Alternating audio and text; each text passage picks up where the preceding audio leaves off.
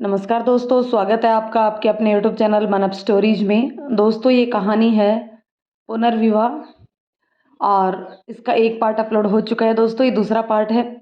ये पार्ट पढ़ने से पहले आप पहला पार्ट पढ़िए ताकि आपको ये पूरी कहानी समझ में आए। उसके लिए आप नीचे डिस्क्रिप्शन बॉक्स में पुनर्विवाह नाम से प्लेलिस्ट दी हुई है, उससे आप पहला पार्ट पढ़ सकते हैं। तो चलिए इस कहानी को शुरू करते हैं। मोहित ने मधु के कंधों से पकड़कर अपने से अलग करके उसके चेहरे को अपने हाथों में लेते हुए कहा, मधु रिलैक्स, बताओ तो आखिर हुआ क्या है। मधु ने टूटे फूटे शब्दों में ही बस इतना कह पाई, वो वीरेन आया था। मोहित को समझते देर नहीं लगी कि वीरेन किस मकसद से आया होगा। उसने आगे कुछ नहीं पूछा।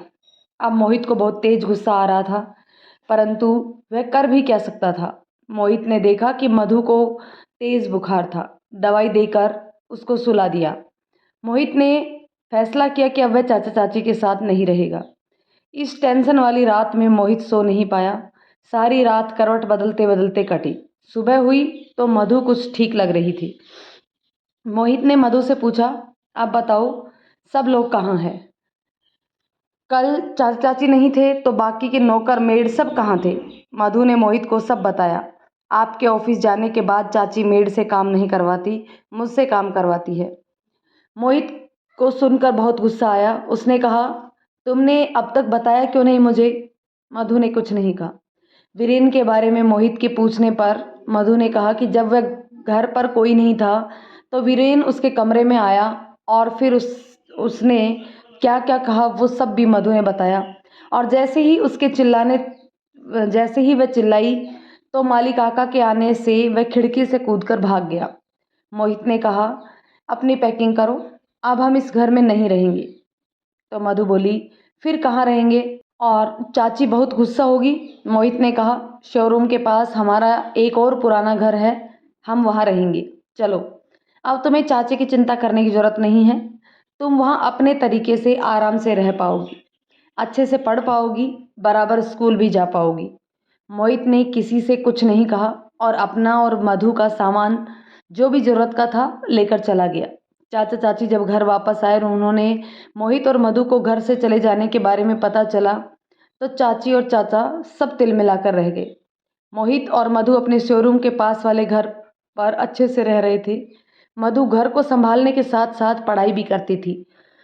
धीरे धीरे समय निकलता जाता है और मधु की 12वीं की परीक्षा हो जाती है।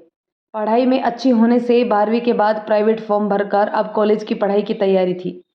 इधर मोहित के चाचा चाची अपने बेटे पर गुस्सा हो रहे थे और उन्होंने वीरेन से कहा कि तुम्हारी एक छोटी सी गलती से हमारे बने बनाए प्लान पर पानी फिर गया। अगर वह लड़की यहाँ रहती तो नौकरों के पैसे तो कम से कम बचते और साथ ही साथ तुम थोड़ा सब्र रखते तो वह भी तुम्हारी ही हो जाती। परंतु तुम्हें तो सब्र नाम की चीज़ ही नहीं है। ना तो कुछ कमाते हो और ना ही पैसे बचाने की सोचते हो। अब पता नहीं क्या होगा, कहीं वो मोहित को सब कुछ ना बता दे। अब हमें कुछ और ही जुगाड़ करना पड़ेगा। एक दिन मोहित को शोरूम में काम करते हुए अचानक से सिर में तेज दर्द होने लगा और वह चक्कर खाकर गिर पड़ा। सुधीर, जो मोहित का बहुत अच्छा दोस्त है, जो उसी के साथ अक्सर रहता है और दोनों एकदम भाई की तरह रहते हैं, काम भी एक साथ ही करते हैं। एक साथ काम करते हुए दोनों ने शोरूम के साथ साथ अब एक मॉल खोलने का भी प्लान बना लिया था और उसको एग्जीक्यूट भी कर रहे थे। उस मॉल में दोनों पार्टनर थे। शोरूम में सुधीर एक एम्प्लॉय की तरह कार्य करता था, जिसके चलते उसे बदले में पगार मिलती थी। परंतु मॉल में वह मोहित का पार्टनर था और पूरे मॉल को लगभग सुधीर ही देखता था। बाहर के अधिकतर लोग उन्हें सगा भाई ही समझते थे। सुधीर ने मोहित की हालत देखी तो घबरा गया और मोहित से कहा, क्या हुआ मोहित, तबीयत ठीक नहीं है क्या? चलो डॉक्टर को दिखाते हैं। मोहित, नहीं, कुछ नहीं हुआ, शायद काम का प्रेशर ज़्यादा हो गया है या फिर नींद भी पूरी नहीं हुई है। तुम जूस मंगवा दो, आराम करूँगा तो सब ठीक हो जाएगा। सुधीर, पर ऐसे कैसे, तुम बेहोश हो गए थे। इतना हट्टा कट्टा शरीर में ऐसे ही बेहोशी थोड़ी ना आती है। मोहित, नहीं नहीं, मैं ठीक हूँ, तुम चिंता मत करो, तुम बस यहाँ किसी को आने मत देना, मैं आराम करूँगा तो सब ठीक हो जाएगा। सुधीर, ठीक है, जैसी तुम्हारी मर्जी, वैसे एक बात कहूँ, तुम 2-4 दिन के लिए छुट्टी ले लो, कहीं घूम आओ, अच्छा लगेगा। मधु को भी घुमा लाओ, जब से शादी हुई है तुम लोग कहीं नहीं गए, मधु को भी थोड़ा अच्छा लगेगा। मोहित, देखता हूँ पहले ये मॉल अच्छे से जम जाए, उसके बाद ही कुछ देखेंगे। सुधीर, भाई मॉल को मैं खुद संभाल लूँगा, क्या तुम्हें मुझ पर भरोसा नहीं है? चलो ठीक है, अभी तुम आराम करो, मैं बाद में आता हूँ, फिर बात करते हैं। इतना कहकर सुधीर मोहित को आराम करने के लिए छोड़कर वहाँ से चला जाता है। मोहित को अब अपने शरीर में बहुत कमजोरी लगने लगी।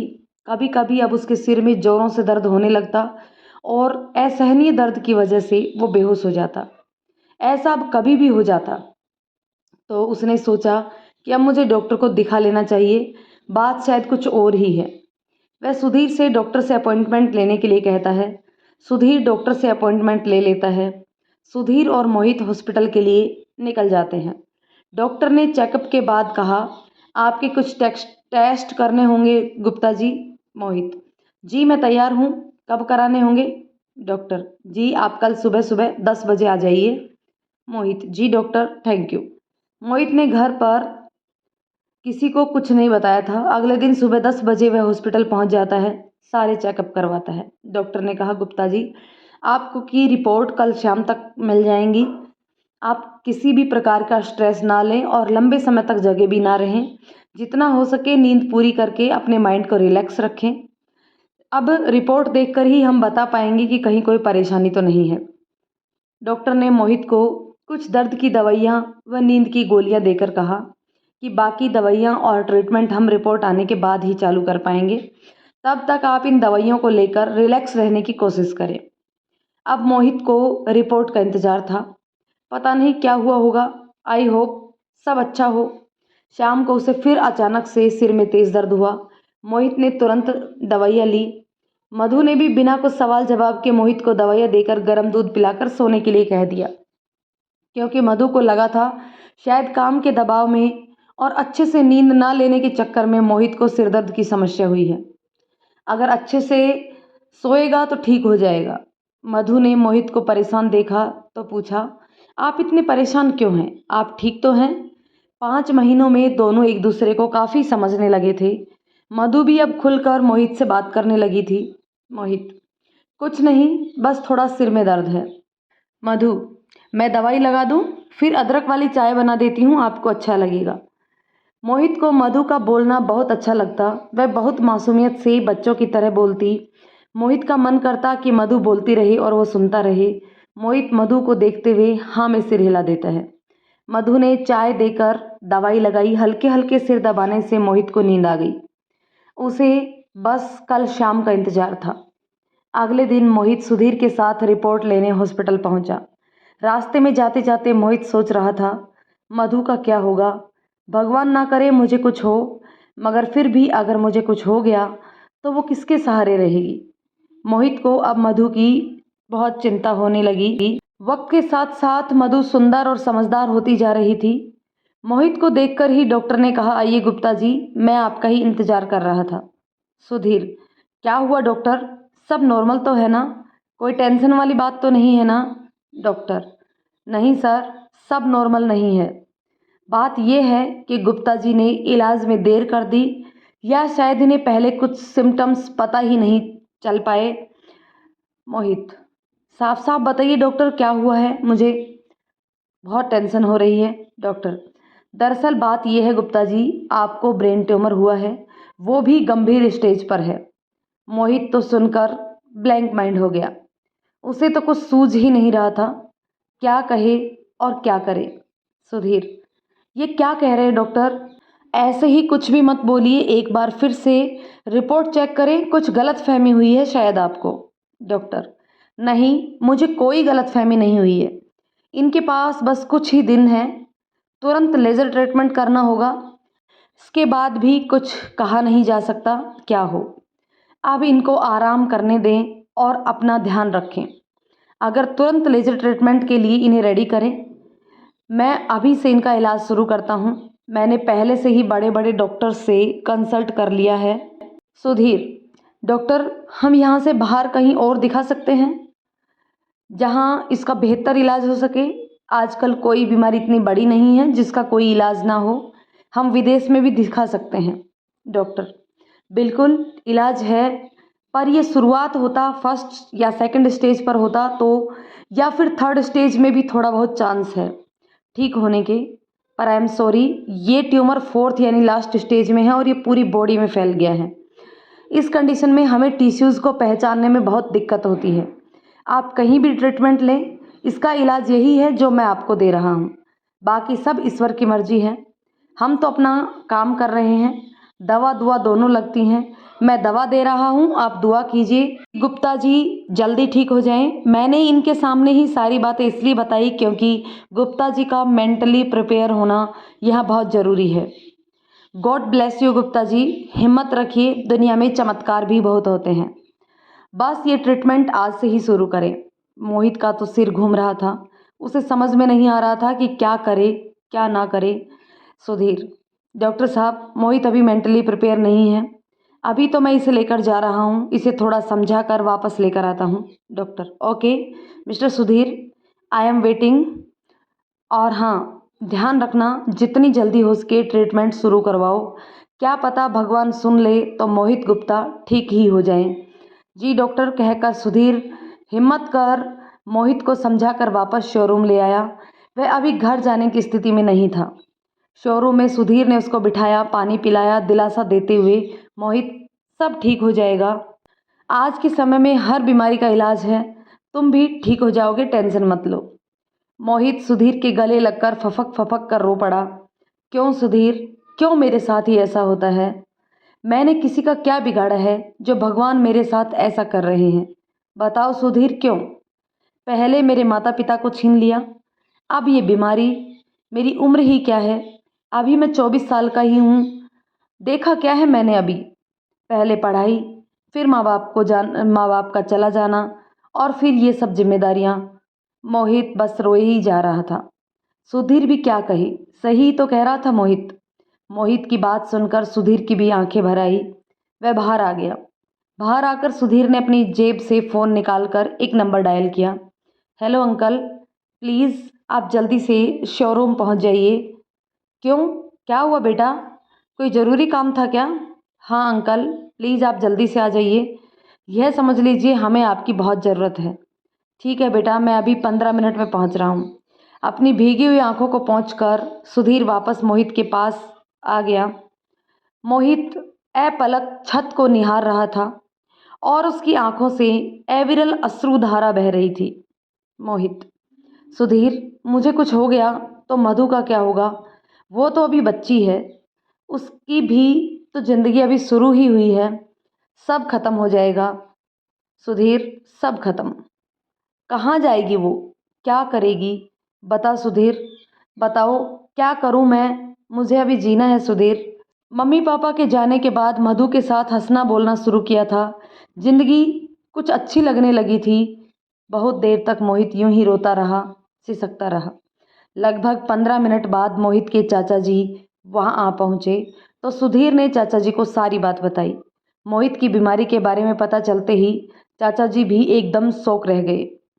बेशक चाचा मोहित को पसंद नहीं करते थे, परंतु था तो वह अपना ही खून, इसलिए आज उन्हें मोहित की बीमारी का सुनकर बहुत बुरा लग रहा था। उन्होंने मोहित के सिर पर हाथ रखा और कहा, बेटा तुम चिंता मत करो, सब अच्छा होगा। भगवान इतना निर्दयी नहीं हो सकता। बेटा हम तुम्हारा अच्छे से अच्छा इलाज करवाएंगे। और उन्होंने सुधीर से कहा, सुधीर चलो मोहित को लेकर हॉस्पिटल चलो, जो भी इलाज शुरू करवाना है आज से ही शुरू करवाते हैं। तीनों हॉस्पिटल जाते हैं। हॉस्पिटल पहुंचकर वे डॉक्टर से मिलते हैं। डॉक्टर मोहित को एडमिट करने की बात कहते हैं तो मोहित डॉक्टर से कहता है, डॉक्टर साहब जब बीमारी लास्ट स्टेज पर है तो इलाज आज शुरू करो या कल, क्या फ़र्क पड़ता है? मैं आज अपनी पत्नी से मिलना चाहता हूँ। डॉक्टर: देखिए गुप्ता जी, यूँ तो भले ही आप कल आ जाइए, ट्रीटमेंट आज शाम को ही शुरू करें या कल, इससे कोई ख़ास फ़र्क तो नहीं पड़ता, परंतु हमें अपनी तरफ से कोई कमी नहीं छोड़नी चाहिए। वैसे भी थेरेपी शुरू करने से पहले हमें कुछ टेस्ट और कुछ दवाइयाँ बॉडी में इंजेक्ट करनी होती हैं, तो हम आज वही कर लेते हैं। बाकी आज रात आप घर जा सकते हैं और आप कल सुबह आ जाइए तो कल थेरेपी शुरू कर दी जाएगी। डॉक्टर की बात मानकर मोहित ने थेरेपी से पूर्व की सभी दवाइयाँ वगैरह और टेस्ट वगैरह करवा लिए और रात को घर जाने की परमिशन ले ली। डॉक्टर, देखिए गुप्ता जी, इस दौरान अगर किसी भी प्रकार का डिसऑर्डर बॉडी में आपको लगता है तो आप तुरंत हमारे पास आइए, बिना किसी देरी के। मोहित के चाचा ने मोहित से कहा, मोहित बेटा, तुम अकेले नहीं हो, हम तुम्हारे साथ हैं। आज भाई साहब नहीं हैं तो क्या हुआ, मैं हूँ तुम्हारे साथ। जितना मुझसे बन पड़ेगा मैं ज़रूर करूँगा और मैं पूरी कोशिश करूँगा कि तेरा अच्छे से अच्छा इलाज करवाऊँ। वो तीनों वापस शोरूम आ गए। मोहित ने कहा, चाचा जी प्लीज़ आप कल मेरे साथ हॉस्पिटल रहिएगा। चाचा जी, हाँ बेटे, तुम बिल्कुल भी चिंता ना करो, मैं तुम्हारे साथ हूँ। तुम कहो तो तुम्हारी चाची को बोलकर मधु को घर भिजवा दूँ और तुम भी घर ही चलो। मोहित ने चाचा की बात पर विश्वास करने का मन नहीं कर रहा था। वह नहीं चाहता था कि मधुर दोबारा उस घर में जाए और उस तरीके की जिल्लत दोबारा सहे।